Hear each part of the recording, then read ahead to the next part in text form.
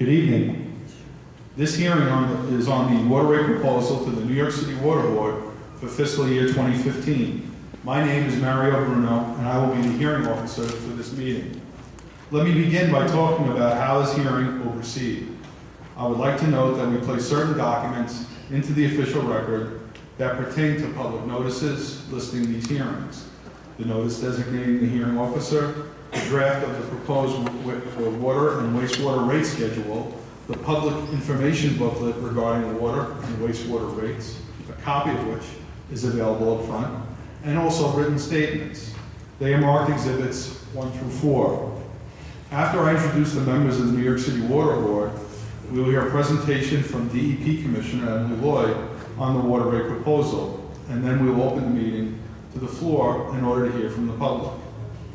If you have not yet signed up to speak, please take the time during the presentation to do so. There are sign-up sheets at the front table where you walked in. You can also submit written testimony to the New York City Water Board from today up until the close of business on May 20th, 2014 at 5 p.m. These statements will be entered into the record and copies distributed to the Water Board members prior to any votes. I will now introduce the members of the dais that are here with us today. Alfonso Carney, Jonathan Golden, along with Stephen Lawrence, the Executive Director of the Water Board. Board Member Carney, do you have anything to add before we begin? Thanks, Mario. There are those of you here whom I've seen before. It's good to see you again. As you know, our chairman, Alan Moss, normally makes comments to open these sessions. Alan could not be here tonight, so he's asked me to say a few words on his behalf. First of all, again, thank you for coming. We are here to listen to your comments after you have listened to the Commissioner's presentation. Your questions and comments are important to us, and we'll stay until you're done. That's first. Second, it's important, public hearing, that if you do have comments, we really do want for you to make them. Rather than listening, it would be better to have you add to the meeting by offering your comments. You will hear from Commissioner Lloyd to make the presentation, and then she and Stephen Lawrence will answer your questions. Just for your information, this is the fourth of 5 public hearings that we will have attended. We were in Brooklyn, the Bronx, and Manhattan last week. We are here tonight. We'll be in Queens tomorrow. We are authorized at 7 people. Some of you already know this. We are down to 5 people. And we're waiting on appointments. That's as much as I have to say. Thank you again very much for coming, Commissioner Lloyd. Thank you. Good evening. Thank you for coming. What we try to do, some of you have been here before, is both walk you through how we arrived at the recommended rate increase that we are proposing to the Water Board, and also, since we are out doing this once a year, we also like to use it as an opportunity to report on what we've been doing, essentially how we're spending that money or how we plan to spend it in the coming year. And I am not very good at using remote. No, I can do it, thanks. I think I can do it, there we go. So the rate we're proposing is 3.35%. As you can see, it's the lowest rate that we've proposed in 9 years, which we're pleased about. I know you would be more pleased if it was 0. And we always look at a typical, what that means typically for a single family charge for a year's worth of water use, and that's the second down on the right, so it would increase it by about $33 a year.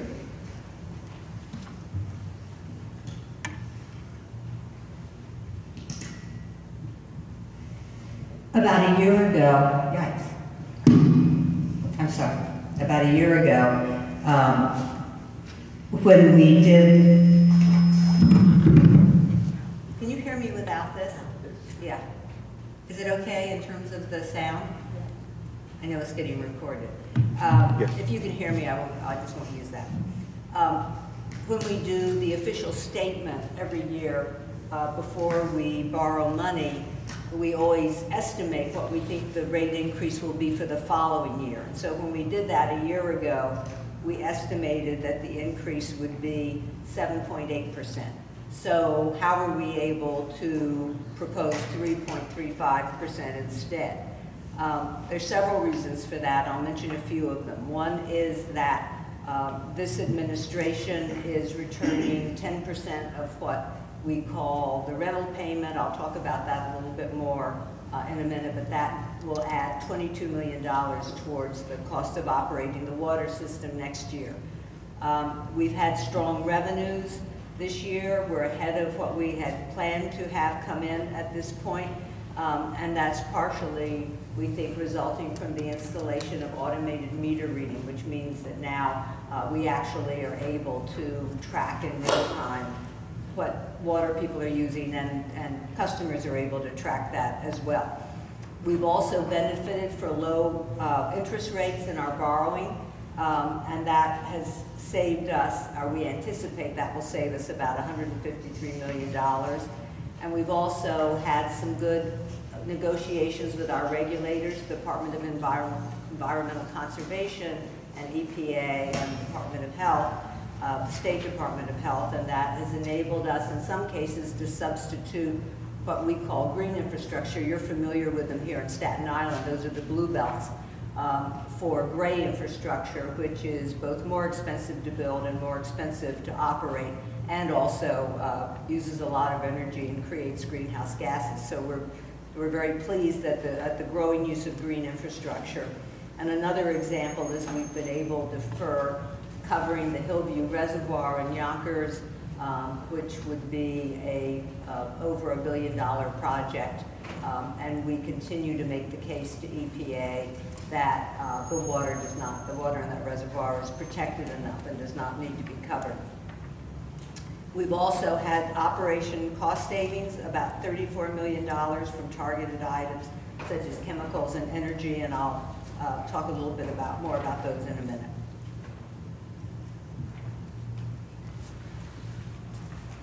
While we recognize that really all that matters is what goes on in New York City when you're living in New York City, as we do like to compare ourselves to the rest of the country. New York City is a very expensive place to do business, and we try hard to keep the rates down. So compared to other costs that people typically pay in New York City, the water rates are just 0.5 percentage point above the national average, whereas some other costs that people typically pay, such as gasoline and natural gas and electricity, and of course a mortgage or rent, are significantly higher compared to the national average. And again, looking at our water rate compared to other cities in the country, recognizing that this is an expensive place to do business, we have a water rate this year that compares to favorably in that it's only about 0.5 percentage point above the national average compared to 30 other cities. We do need it for the recording. We need. Oh, okay. Yeah, I'll try not to yell into it.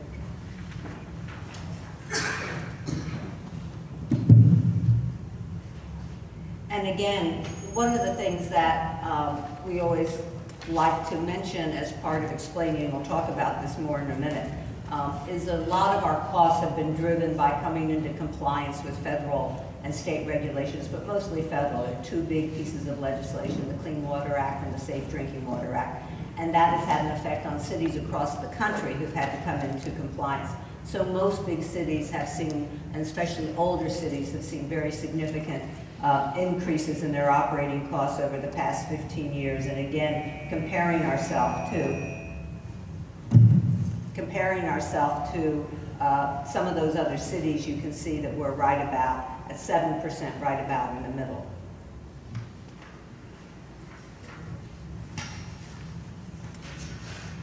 Although we have been working hard to moderate our expenditures, we've also been working to increase our customer service. We have substantially completed the automated meter reading installation, and that has resulted in an 80% reduction in estimated bills since 2009 and a 49% reduction in billing disputes since 2011. And we think that's because people don't have estimated bills over a long period of time because someone has to find them at home to get in and read their meter. It's now reported electronically, so customers know what their bill is, and we know what their bill is, and when we talk together on the telephone, we're both looking at the same information. We've enrolled over 200,000 customers in the leak notification program. If we see a spike in the water bill, if you've registered with leak notification, we'll bring it to your attention that you've had a spike. So if you have something going on, you'll become aware of it very quickly. And we've also offered a service line protection program. One of the unpleasant surprises that people sometimes get, happily you may live in a house for 50 years and never have it happen, but a lot of the service lines are old in the city, and if the water line from the water main to your house or the sewer line from your house to the sewer line fails or leaks, the homeowner or the building owner is responsible for fixing it, and that can be a very expensive repair that most people have not anticipated. So this leak protection program is essentially one that we've negotiated the best deal we could after taking several proposals to offer insurance with an insurer, so that if one of those, either your sewer or your water line fails, it's covered.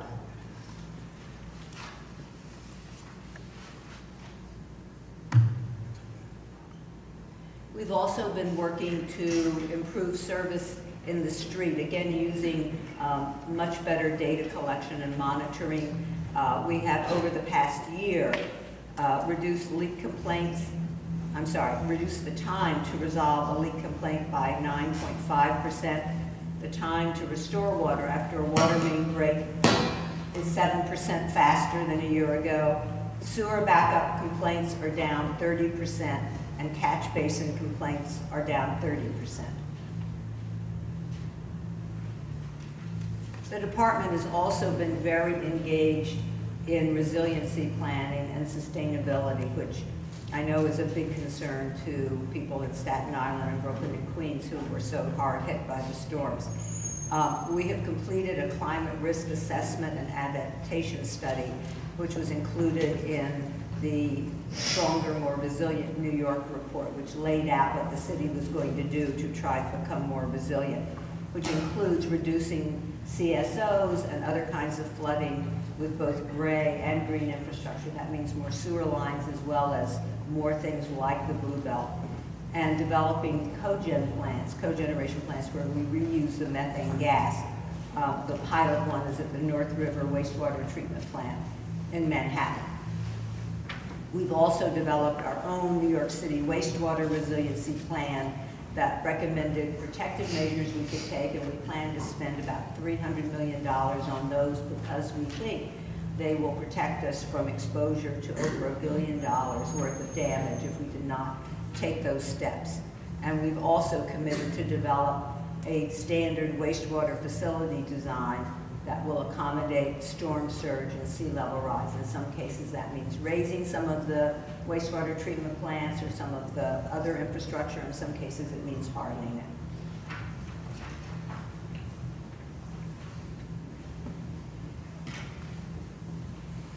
Focusing a little bit on some of the large capital projects that we've been investing in.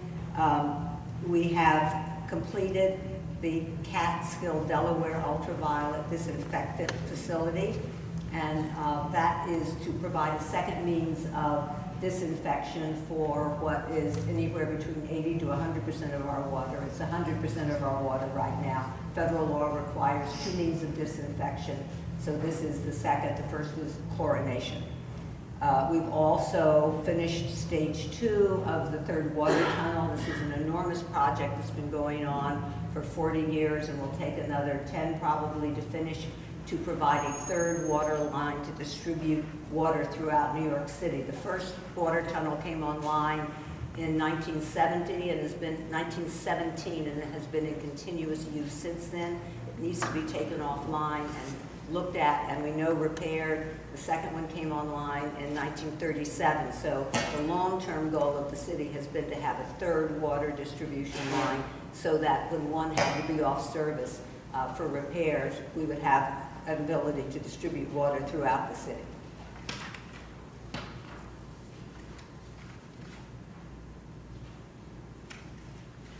The Croton filtration plant is a very large project that is for fulfillment of a consent decree from federal and state regulators. Again, most cities are required to filter their water. We are allowed not to filter the water from west of the Hudson because we protect it by acquiring the land, or the state acquires it, or sometimes something like the Trust for Public Land acquires it, and then we manage what is allowed to happen within that watershed so that we don't have to filter the water. But 10% of what typically is 10% of the water from the Croton system east of the Hudson has to be filtered because that water has not been protected. That land is much more developed. And so because we wanted to keep that water supply, we had to build this massive filtration plant under Van Cortlandt Park. No, Van Cortlandt Park.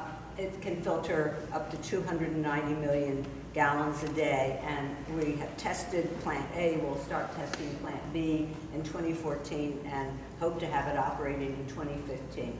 This is going to be a very critical part of the 2021 shutdown of the Delaware aqueduct that brings us 50% of the water. That aqueduct is leaking quite badly in some sections and has to be taken offline and repaired, and we're in the process of doing a project that I'll talk about with the very next slide.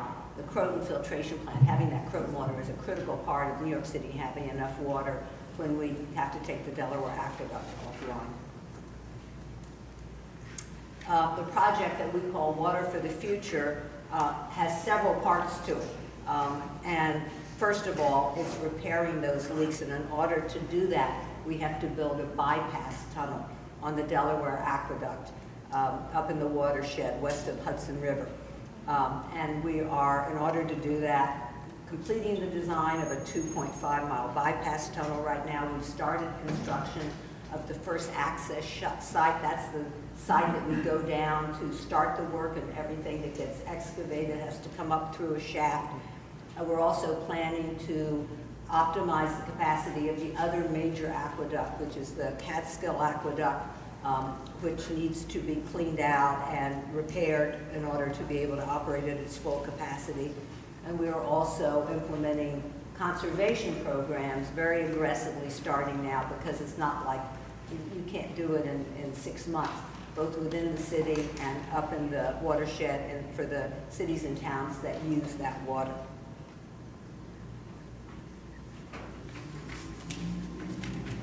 I just wanted to mention a couple of capital projects in Staten Island.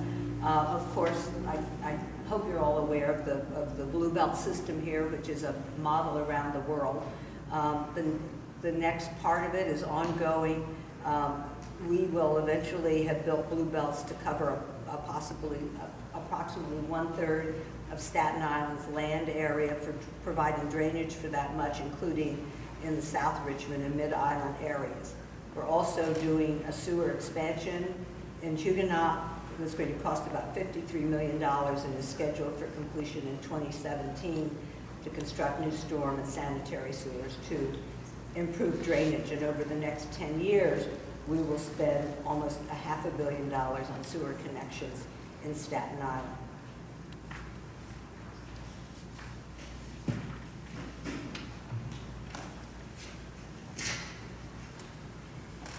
Just to talk for a minute about some of the operation and maintenance changes we're making to the department to try to make it operate more cost effectively. We are achieving $12 million in savings from staffing optimization. That's about how we assign people on shifts. $11 million from renegotiating chemical contracts and making dosing adjustments in terms of particularly at the wastewater treatment plants. About $8 million from wastewater treatment improvements, such as optimizing dewaterings. The more water we get out of the wastewater before we ship the sludge, the less there is to ship and the less it costs, and about $5 million from other savings. We also are increasing the budget in some areas by about $20 million. About $13 million of that is, as I mentioned, for Water for the Future water conservation, including projects such as installing low-flow fixtures in public schools, at CUNY facilities, and Parks Department recreation centers. We've also had an increase of about $5 million in our real estate taxes upstate. Outside of New York City, where we have facilities, we pay property taxes, which is fairly typical for what most water utilities do when they have a host community.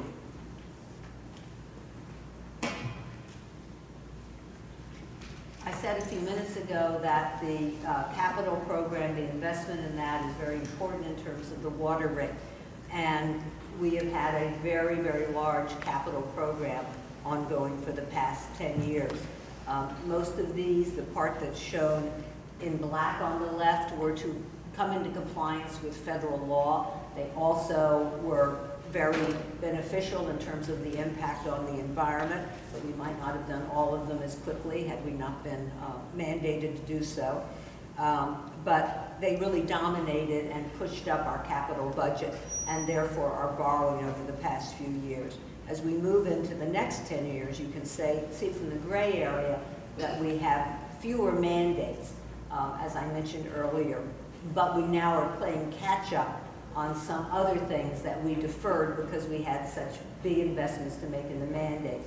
So, for example, building out more sewers in Staten Island and Queens are a very high priority for us, and those are things that we're able to do now that we have a little breathing space from the mandates.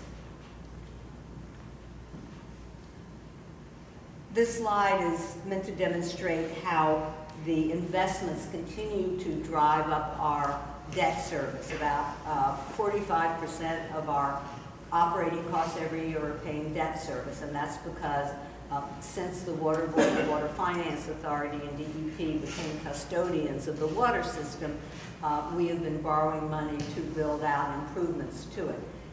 In those first years, the amounts that were being borrowed to fix up the system were maybe $500 million, about $500 million the first few years.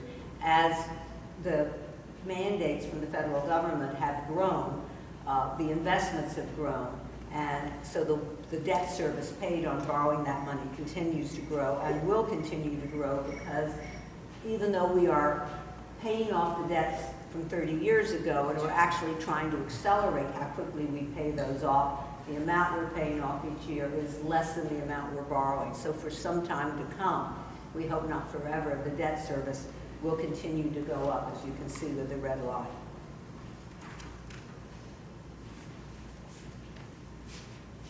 So I'd like to take a minute and just walk you through how we put together what we propose to be the water rate for the coming year. As you can see from the pie chart, as I said, debt service is about 45% of the cost of operating, followed by operations and maintenance, which I talked about a little bit. The total operating expenses that we anticipate for 2015 are $3,596 million. So if you look down the second column from the left where it says fiscal year 2015, you'll see the different things that go into that. The debt service, the operation and maintenance I talked about, the rental payment I mentioned, I'll talk about that a little more in a minute. And where it says net total system costs, the third from the bottom. Are you doing that? Thank you, Steve. The amount of money that we expect to have to expend in the coming fiscal year is $3,596 million. In addition, we keep cash on hand. In the past, that used to be 15%. Because of climate change and the big storms we've been getting, we're trying to carry more of a cushion, because if we have to do tremendous repairs to wastewater treatment plants, or for example, up in the watershed. Right after Katrina, we did an assessment of our dams and realized that one of our dams might not withstand a storm that big, and we had to go in and on an emergency basis reinforce it, and that was several $100 million. But because we sometimes have to make expenditures like that on short notice, we can't say, let's put it in the water rate next year. We keep cash on hand, and we're trying to increase that amount so that we have enough cushion. It doesn't go anyplace. If we don't need it, it helps to pay the expenses the following year. So if you look on the left-hand side to fiscal year 24 forecast, the year in cash on hand, that is that cushion that we put aside and we didn't use this year. So that will go towards paying next year's expenses. Going back to the fiscal year 2015 column, so you have the cost to operate the system, you have the cash on hand, and then the total is $4,414 million. That is what we are projecting that we need to operate the system. Next slide. Next slide. I'm doing the slides. Okay, again, looking at fiscal year 2015, there's that $4,414 million again. That is what we expect to need to expend or have on hand for fiscal year 15. We don't have to get that all from water rate in New York City. Against it goes the prior year's carryover, that $696 million we didn't have to spend on an emergency basis this year. And also other income we have, primarily water rates we charge the communities upstate that use water from the Catskill and Delaware, and maybe the Croton. So if you take that out, then we need, what's left is $3,512 million. So if we need that much money to operate the system, what does the rate need to be? So then we go back to what was our revenue this year with the existing rate that we have. And our revenue this year was $3,475 million. We anticipate in the coming year a drop in consumption of 1.5% because of conservation. People are continuing to use more water conserving fixtures in their homes primarily, but also in businesses. So this is one of those ironies of utilities, which is even though you use less, the basic cost of maintaining a massive infrastructure has to be maintained. So although you may save the money by using less water, some of it you'll pay back. You won't get the full savings. A little bit you pay back as a rate increase. So we take out what we expect not to get compared to this year because of a reduction in water use. And that would, if we had the same rate, give us $3,398 million. And as we said, we need $3,512. So the difference that we need to make up is $114 million. And in order to raise that money, we need to increase the rate by 3.35%. So that is essentially how we go through the thought process to decide what rate we need to recommend to the water board. Okay. The rental payment. I just would like to say a couple of things about that. The water board leases the water and sewer system from the city, and we pay what's structured in our relationship with the city as a rental payment. Virtually every utility in the country pays its host city something. Sometimes it's a payment for services, sometimes it's a rental payment, sometimes it's called something else. But almost everyone pays something, and generally we're right in the middle, again, right in the middle of that range of what water utilities typically pay the city. That payment, in our case, is based on 15% of our debt service, and because the debt service has gotten pushed up so quickly because we had to have such a big capital program, we made an agreement with the city for 3 years that they would cap that rental payment and give us back the excess over and above the level at which they capped it.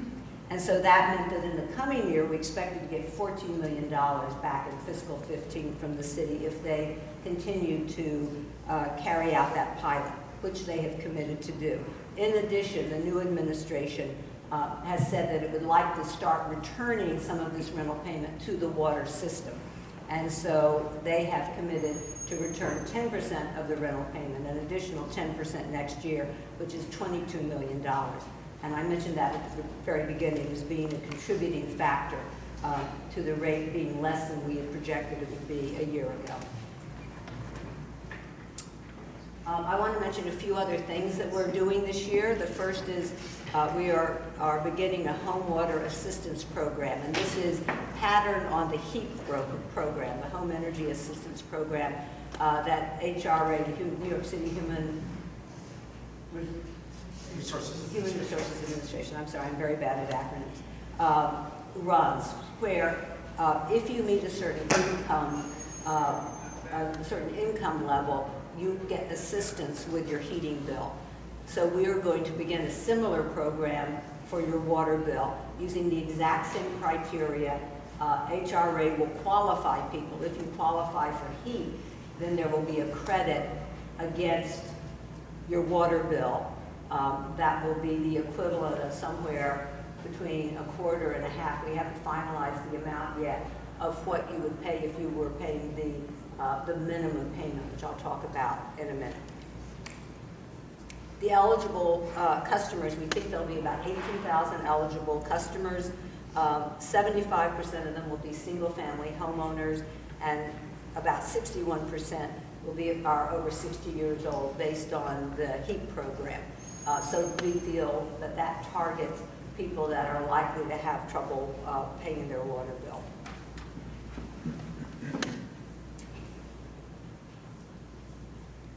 We are making another change. Whoops, sorry. Okay. Another change is to expand our leak forgiveness program. Heretofore, if you had a leak in your service line or a leak in your wall that you couldn't see and you got it fixed and told us, we would forgive some of that excess bill that the leak was causing. And we excluded running toilets and faucets because the thought was that people could see that, could hear that, and were responsible for getting it fixed if it was a problem. However, it continues to be a problem, and so about 25% of the inquiries we get, people having problems with their bill, are because of fixtures for toilets and faucets.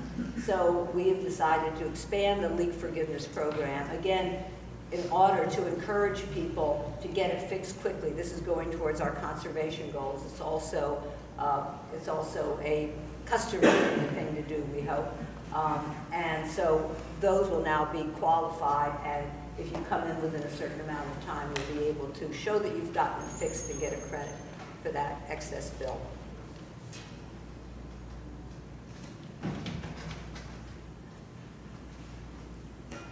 If you use less than about 100 gallons a day of water, you qualify for what's called a minimum charge, which essentially covers the cost of maintaining the infrastructure, that 45%. It's about a third of what a typical home uses and pays. And we set it at that rate, and you get the same bill every month. About 42% of those receiving minimum bills are 1 to 3 family homeowners, and we, in the course of the year, there were 554,000 bills. So if you divide it by the quarterly bills, it's about a quarter of that. We are going to freeze that minimum charge. In the past, it has gone up. Whenever the water rate goes up, the minimum charge goes up. But for the coming year, we are going to freeze it again to try to be helpful to the 1 to 3 family homeowners.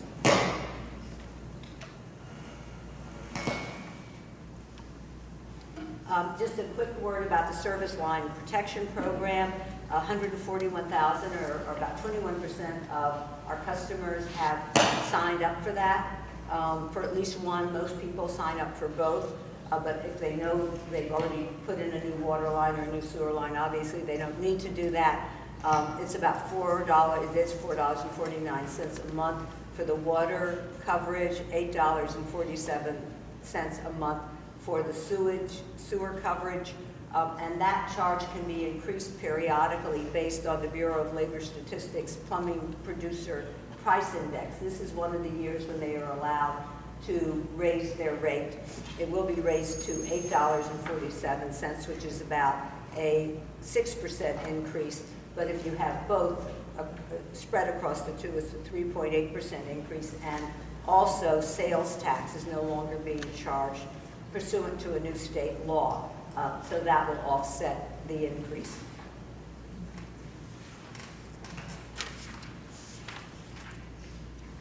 There are a few other things. We've extended the deadline for filing an appeal. If you're unhappy with your water bill and feel that it's unjustified, we have also said that anyone who's in the appeal process will not be put on the lien sale list. We will hold that so people don't feel pressured to settle before they actually think it's fair because they don't want to go on the lien sale list. And we will suspend interest if someone requests it for 90 days if they have an automated meter reading system installed and they have a catch-up bill if they've had estimated bills, for example. So that gives people a little breathing space. And finally,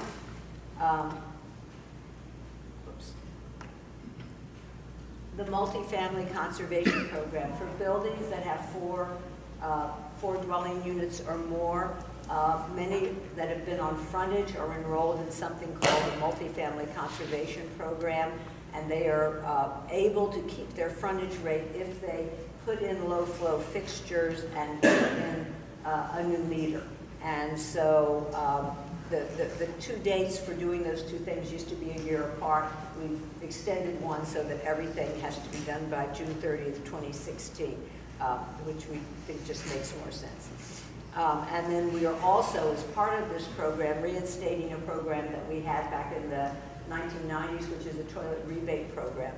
If you put in a new fixture, then we will give a voucher for that fixture, and when you show that you bought it and put it used it as a replacement fixture, then that credit is, you get to keep that credit. If you don't, there are violation penalties because unfortunately we found in the past sometimes people use the voucher and then put it in a new building instead. But I think this is a pretty simple system and it had a very good response the last time. So we hope a lot of people will take advantage of it. So again, coming back to the proposed rate is 3.35%, and that's the completion. Thank you for your patience and letting us give you an update and talk about how we arrive at the rate, and I will turn it back to Mario.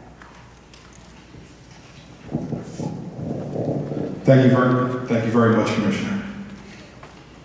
We are now going to open up the floor to comments from the public. Speakers will be called up in the order they're listed on the sign-in sheet. If you wish to speak and you have not signed up yet, please do so now. I would like to call on our first speaker who has joined us, City Councilman Stephen Matteo. Councilman Matteo.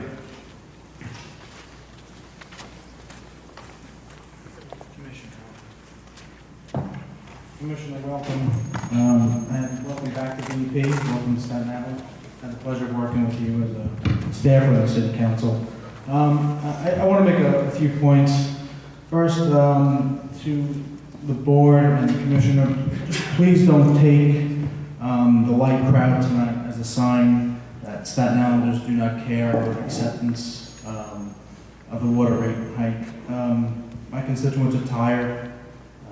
They're tired of being taxed and their water bills are rising, cost of living rising, salaries not rising, seniors on set incomes. They're tired, and I don't blame them. And while I know you have reps from elected officials and my good friend from Wesley here, I'm sure Ed Malone will represent Staten Island very well.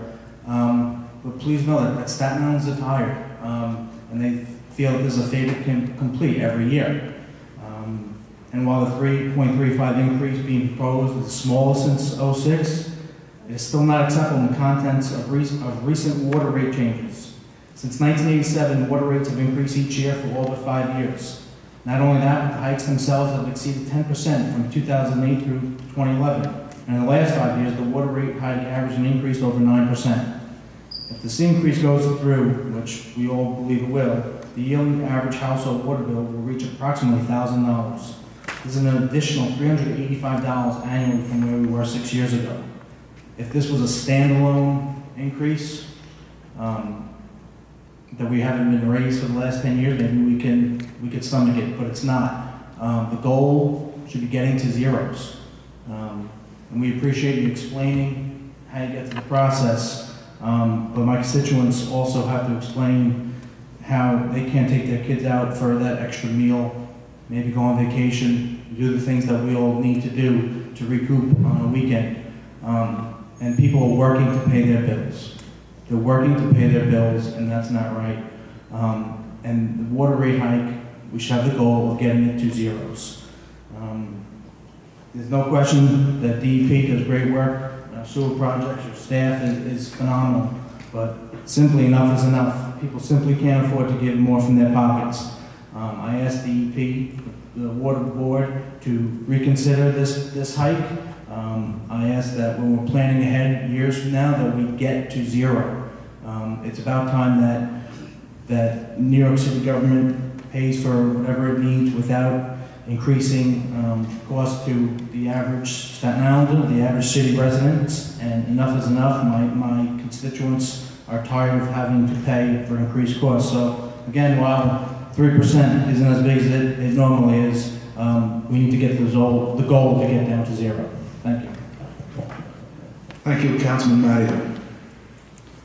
Our next speaker will be Aaron Cedar from the Office of Commerce, Michael Grimm.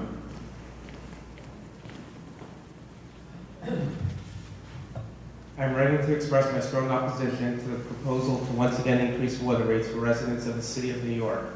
I am deeply disturbed that the city would make such a request when our families and businesses are still being forced to tighten their belts to make ends meet.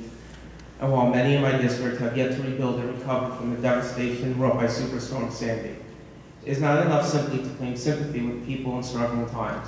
This latest attempt to hike water rates speaks far louder than words.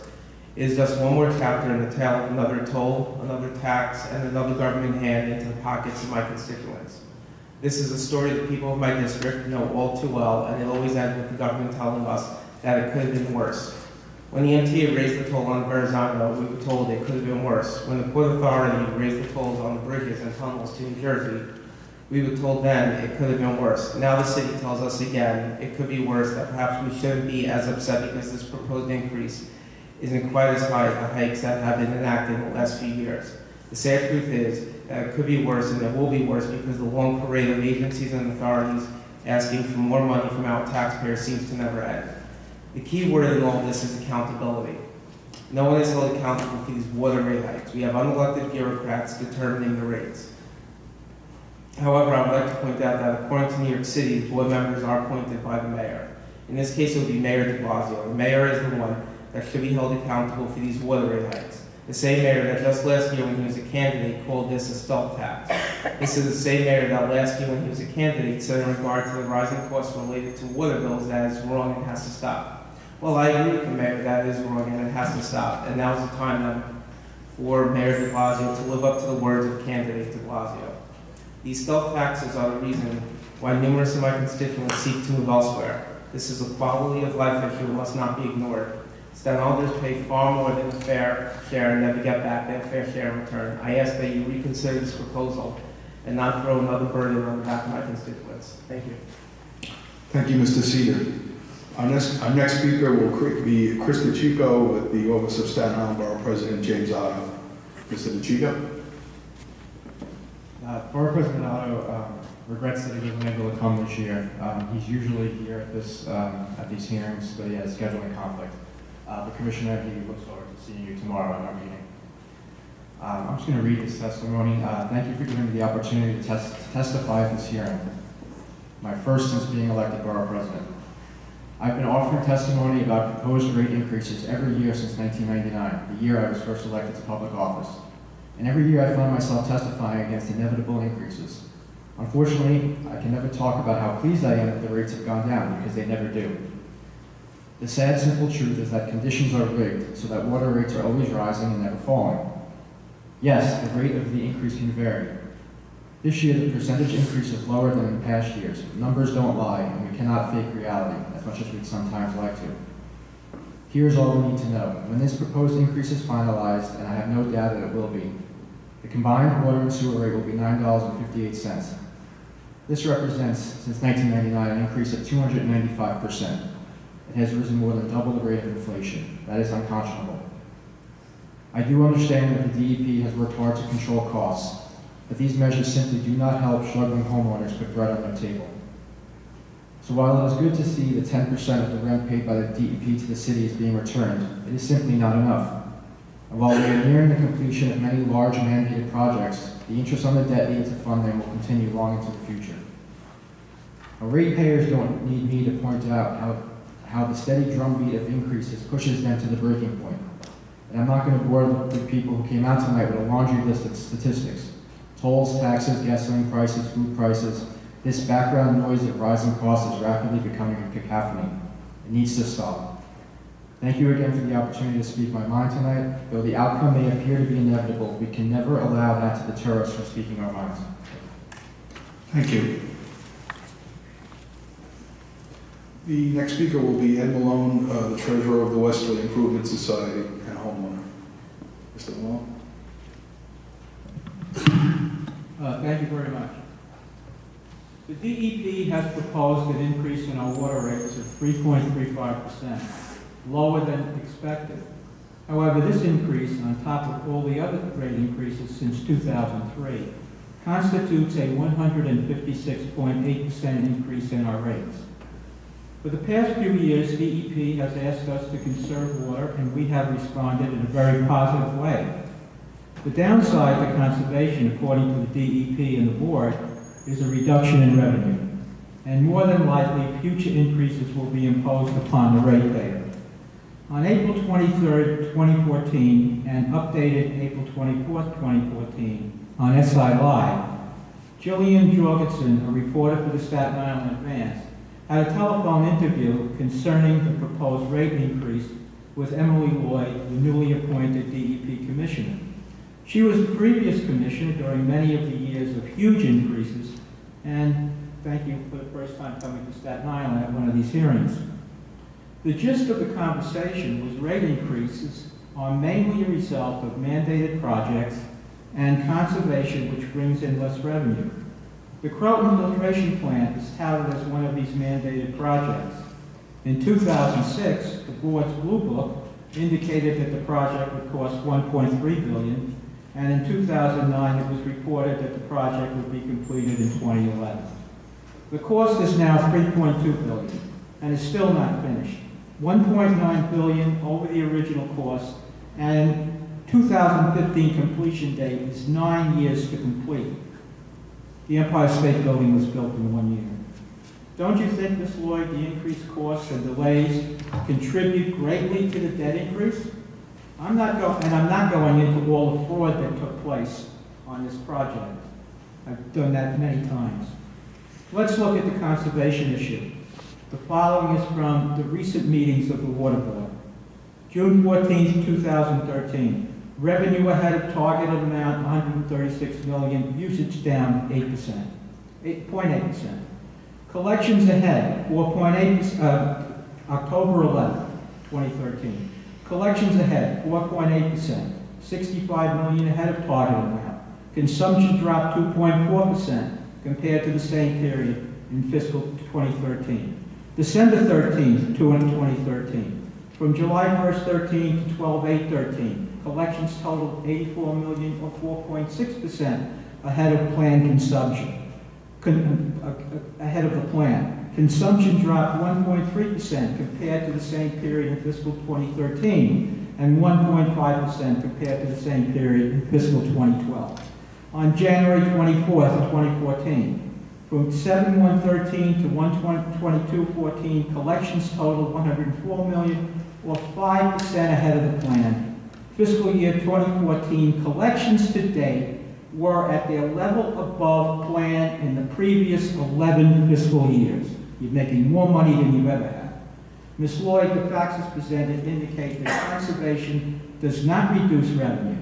The facts indicate that it is not automated water meters, as the executive director of the water board has stated, that has increased revenue. It is we, the ratepayers, that are carrying the load.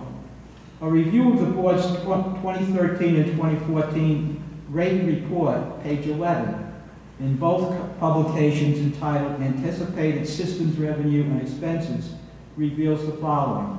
In the 2013 report, fiscal 2014 year-end cash balance would be $566.8 million, a $96.3 million decrease from fiscal 2013. But the 2014 report, which 2014 will end at the end of next month, indicates year-end cash balance would be $695.8 million, an increase of $129 million above what was expected. The year-end cash balance expected for fiscal 2015 is $818.4 million. If this was a private company, the stockholders would be looking for a dividend or a dividend increase. We are the stockholders, and what do we get? Increase after increase after increase. Based on the figures I have presented, we should be getting a rebate. Thank you.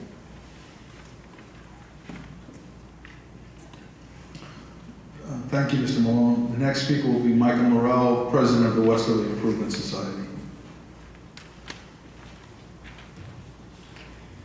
Good evening, Mr. Chairman. My name is Michael Morrell, and I'm President of the Wesleyan Improvement Society. The Society is a civic association which represents over 700 residents and homeowners in the westerly section of Staten Island. I'm testifying once again to oppose the imposition of yet another rate increase in water and sewer rates on residents of the city. This year's proposed 3.35 increase comes after many years of continuous rate increases. While smaller than previous increases, it nonetheless represents a continuation of the ever upward surge of rate applications by the water board. As homeowners, we are paying more and using far less water. Many homeowners have made a conscious effort to conserve and are still being clobbered with water and sewer charges that put a severe strain on anyone's budget. Many residents have used the AMR, the automated meter reading, and the direct debit payment programs to reduce usage and minimize charges, only to find that each year all of the savings have been wiped out by ever-increasing bills. Absent any change of approach to these annual water rate increase hearings, which always result in a foregone conclusion, the only remedy we as ratepayers is to demand a political solution to the problem that would result in a more equitable water rate system. The Society therefore supports the enactment of legislation which would change the makeup of the water board to allow the appointment of one member by each of the borough presidents, in addition to 2 members appointed by the mayor. We feel this approach would be more representative for all parts of the city. I'd like to thank the board for this opportunity to testify. Thank you. Thank you. Thank you.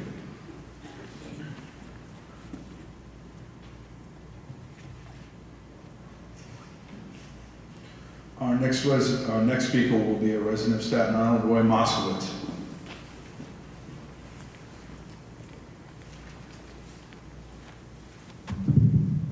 Thank you very much. I'm going to be talking about not necessarily rate increases, but actually how we make our payments. And I've been addressing this every time you've had a hearing, and I've been addressing to the DEP, I've been addressing to the offices of elected officials. The DEP is the only for-profit, non-profit, or government entity in the world that accepts MasterCard but does not accept Visa. New York banks are either MasterCard or Visa shops. Most of the popular New York City banks, such as Chase and TD, are Visa shops. Citi is the only major New York City bank that issues MasterCard rather than Visa products. Not being able to use the Visa credit and debit cards issued by their banks to pay their water bills severely inconveniences the majority of New Yorkers who are not Citi customers. When I've inquired about this, why you don't accept Visa, the executive director, Stephen Lawrence, and treasurer, I'm probably going to butcher her first name, it's interesting she didn't show up this time, McLean, both told me that Visa takes a cut of non-Visa transactions or forces them to use Visa for non-Visa transactions.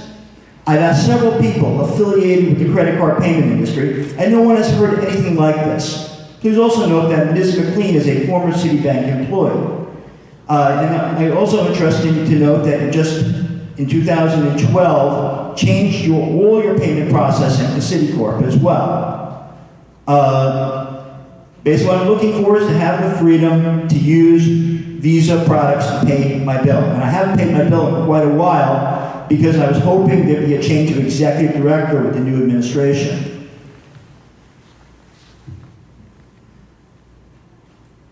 Thank you. Any comments?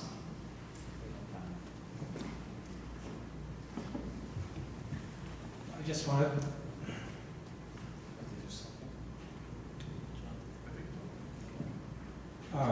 You said Ms. McLean did not show up tonight, or did not bother to show up tonight. So for the record, her grandmother died on Thursday. Thank you. Thank you, Mr. Moskowitz. Our next speaker will be Linda Barron of the Staten Island Chamber of Commerce.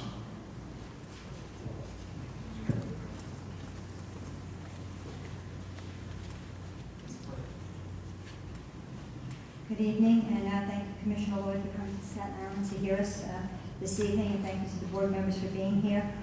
This is the seventh year consecutive that I've testified at the water board hearings, and I represent the business community here on Staten Island, about 700 members, about 20,000 employees here. And I'm here again today to basically say that, we do oppose yet another water increase. Very different in the presentation. It always seems to strike me that we show what it costs the family. They never seem to show what it costs the business. We have many businesses here on Staten Island throughout the boroughs that are severely impacted by these rate increases. And even though this year is only 3.35%, for the last administration it's 165% overall during that administration. So tacking another 3.35% on, it's just, the businesses these days, and I know you've heard it, but between energy costs and health insurance bills and everything, this is just another nail in the coffin for them. So I really think that the water board needs to look at the funding mechanism. These bills, I know there are unfunded mandates the federal government straps you with, but cannot be put on the backs of business owners and residents. There has to be some kind of a mechanism. The 10% rental payment back to the city, that is a great step in the right direction. We need to see more, more alternatives of ways to stop, placing this burden on our residents and our businesses. It's just very frustrating. You come out here every year, and like Mr. Matteo said, our council member, there are a lot of Staten Islanders that complain day in, day out about their water bills. They're not here tonight. They feel like if they come out, they've read all of the past board hearings, or some of them have been to the past board hearings, and they feel like they never get anywhere. They feel like it's a fait accompli, and they really have no say. And it's not only with the water board, but it's with a lot of the administrative increases that they see across the board. So I hope you will take this into consideration strongly tonight to look at a funding mechanism that will help us instead of hurt us. Thank you.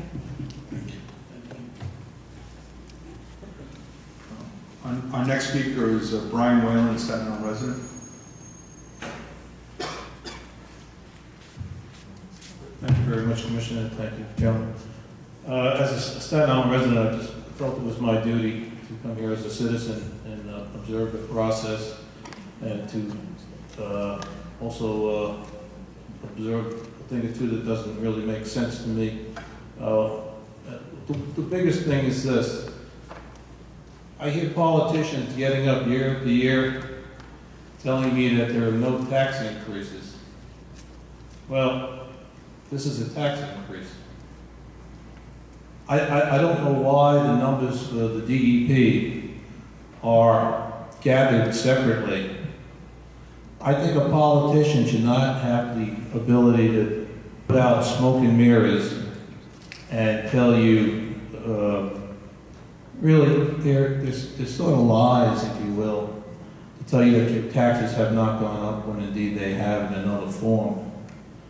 I believe any money that you take in or spend, whatever your bottom line is, should be the bottom line for this, incorporated into the bottom line of the city.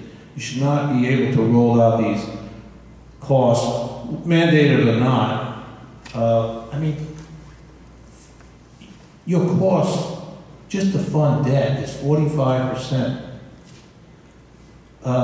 Many economists will tell you that if you're getting beyond 15% on debt servicing, you got a lot of problems. I think the city overall is at that point right now. So we have to reel things in, or the politicians have to be real with the public and tell them what the real story is, because we do not want another Detroit. We will not have to worry about where the water comes from that we drink, because we won't be here to consume it. Another thing, to separately assess a tax, and I call it a tax because it is indeed a tax, separately for water usage, even though there may be some exceptions for those that are extremely poor, it's still a regressive tax. This should all be part of the general income tax charged to the residents of this city. Otherwise, it's all a big lie. And I use that word on purpose because it sounds, like a bad thing, but indeed, to try to hide the truth from the public is just that, a bad thing. Thank you very much. Thank you.